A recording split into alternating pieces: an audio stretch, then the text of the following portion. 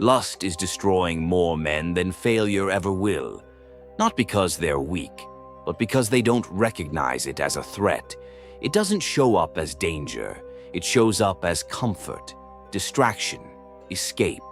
And by the time most men realize what it's doing to them, they've already lost control. This isn't about morality, this is about power, because if you can't control your desires, you can't control your life. And history proves it. Like, comment, subscribe. Because what you're about to see is how one of the most powerful men in Rome lost everything. Not to war, but to lust. The surface world thinks Mark Antony fell in love. A tragic romance. A powerful man brought down by his heart. But they weren't watching closely. Because that's not what actually happened. His fall wasn't about love. It was about control. And the enemy wasn't Octavian. It was inside him. And that changes everything. The architects know this. They always have. They don't wage war with swords. They use desire, because lust makes you predictable, easier to guide, easier to own. And once a man becomes predictable, he becomes controllable. That's what they've always wanted.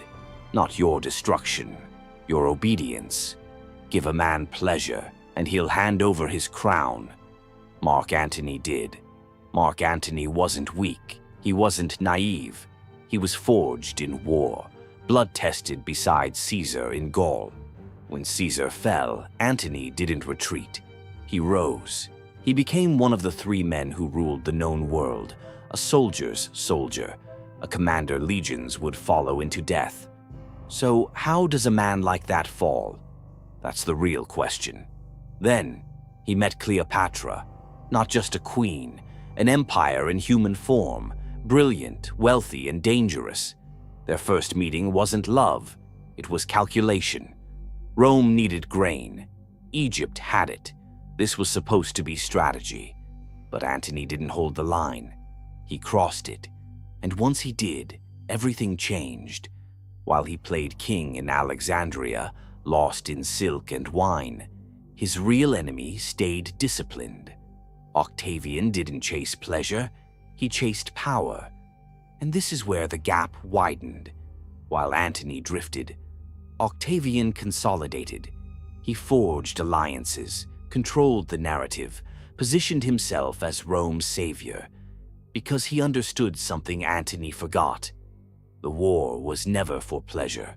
It was for control, and Antony had already lost it. Instead of returning to Rome, Antony stayed. Instead of silence, he gave speeches. Instead of restraint, he married Cleopatra. And this is where it became irreversible. He named their children rulers of lands that weren't his to give. Octavian didn't need to lie. Antony told the world everything they needed to know. Every move became a weapon against him. At Actium, Antony still had numbers, ships, position, power. He could have won. But battles aren't lost on the battlefield first. They're lost in the mind. When the tide turned, Cleopatra ran, and Antony, the same man who once stood against entire armies, followed her. In that moment, he wasn't a general anymore. He was controlled. He left his men behind, and they left him. Less than a year later, believing Cleopatra dead, Antony fell on his sword. When he realized she lived, he bled out in her arms.